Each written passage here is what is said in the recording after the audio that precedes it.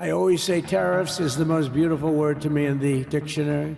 Tariffs. This is a direct attack. Donald Trump, who changes his mind between, breakfast 11's lunch and supper time. A second Trump presidency, a Federal Reserve under fire, interest rates hanging in the balance. Behind the headlines, a deeper shift is unfolding, one that could redefine America's economic playbook for a generation. What happens next could change everything. Let's break it down. Trump and the Fed. Donald Trump's second presidency has barely crossed its fifth month, but the economic chess game with Federal Reserve Chair Jerome Powell has already escalated into a headline-dominating spectacle. With inflation cooling, employment data still strong, and fiscal debates heating up, Trump is not merely influencing monetary policy, he's openly challenging it. His latest social media salvos call for a drastic full percentage point cut in interest rates, reigniting the power struggle between the White House and the independent Federal Reserve. Too late at the Fed is a disaster, Trump wrote on his Truth Social platform on June 6, 2025. Despite him, our country is doing great. Go for a full-point rocket fuel. The phrase rocket fuel is vintage Trump, boisterous, visual, and unmistakably tied to his core belief that economic growth is the ultimate currency in politics. The Trump-Powell saga continues. This isn't a new story, but it's taken on a renewed urgency under Trump's second term. Powell, whom Trump appointed in 2017, has been the recurring target of the former real estate mogul's frustration.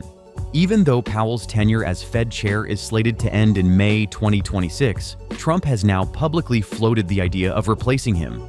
It's coming out very soon, Trump said to reporters aboard Air Force One, hinting that he has been actively vetting successors. When asked about Kevin Warsh, a former Fed governor and a known inflation hawk, Trump offered a non-committal but telling reply, he's very highly thought of. The implications are clear. Trump is determined to install someone who shares his economic philosophy. That philosophy, at its core, revolves around low interest rates, strong markets, and an aggressive pro-growth agenda, even if it means pressuring institutions that are meant to function apolitically. Why a full-point cut is so unusual. In normal circumstances, the Federal Reserve adjusts interest rates incrementally, typically by 0.25 percentage points at a time. A full percentage point cut is considered an emergency tool, one usually reserved for economic crises. The last time such a drastic cut was implemented was in March 2020, during the COVID-19 pandemic, when the economy was crashing due to widespread shutdowns and record unemployment. But that's not the case today. Unemployment stands at a respectable 4.2%. Job growth in May exceeded expectations. Inflation has cooled considerably from its 2022 to 2023 highs, now hovering just above the Fed's 2% target. The economy, while not surging, is steady. This stability is precisely why Fed officials, heading into their June 17th to 18th meeting in Washington, are expected to keep rates steady. In recent speeches, many have argued that lowering borrowing costs too soon could reignite inflation, damage the Fed's credibility, and tie their hands should future crises emerge. The Great Reset, Trump style. Beneath the political theater lies a broader strategic vision, what some in Trump's orbit have begun calling the Great Economic Reset. It's not the World Economic Forum's version of a green, stakeholder-driven economy. Instead, Trump's reset is focused on reigniting traditional American growth engines, lower taxes, deregulation, energy independence, and lower interest rates. In this model, the Fed's current stance is seen as a roadblock, not a safeguard. Trump's latest push for rate cuts comes on the heels of a new Republican-led tax bill aimed at reviving supply-side economics. Despite public claims of deficit reduction, the bill's provisions, including corporate tax breaks and individual rate cuts, would likely widen the fiscal gap in the short term. According to the Congressional Budget Office, the added interest costs from this legislation alone could total $551 billion over a decade.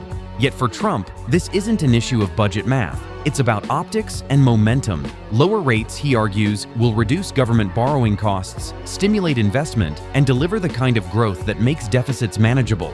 In his words, there is virtually no inflation, but if it should come back, raise rate to counter. Very simple.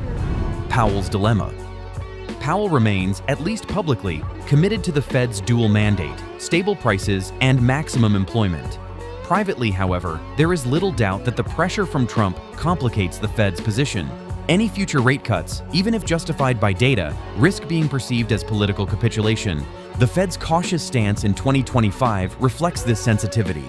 While the labor market appears strong, wage growth has been modest, and core inflation measures, excluding volatile food and energy, remain just above target. In Powell's view, a steady hand is needed to ensure that inflation expectations remain anchored. However, should Trump replace Powell with someone more dovish or politically aligned, the Fed's independence could be eroded. It's not unprecedented. Trump's predecessor, Richard Nixon, successfully pressured then-Fed Chair Arthur Burns into keeping rates low during an election cycle, contributing to runaway inflation later on.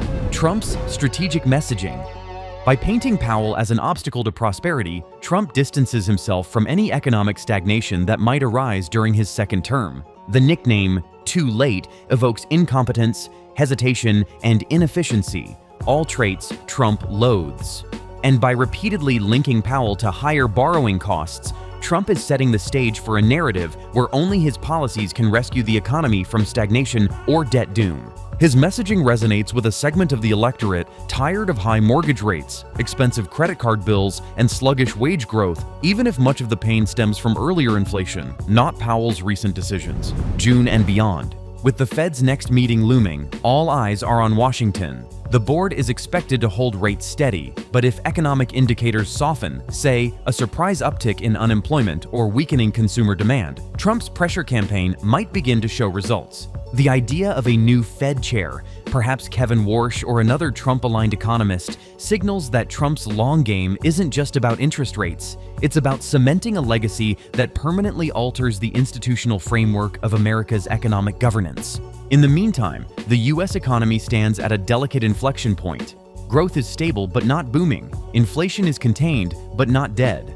Trump calls it rocket fuel. Powell might call it reckless. If you found this video insightful, don't forget to like, subscribe, and hit the bell so you never miss an update.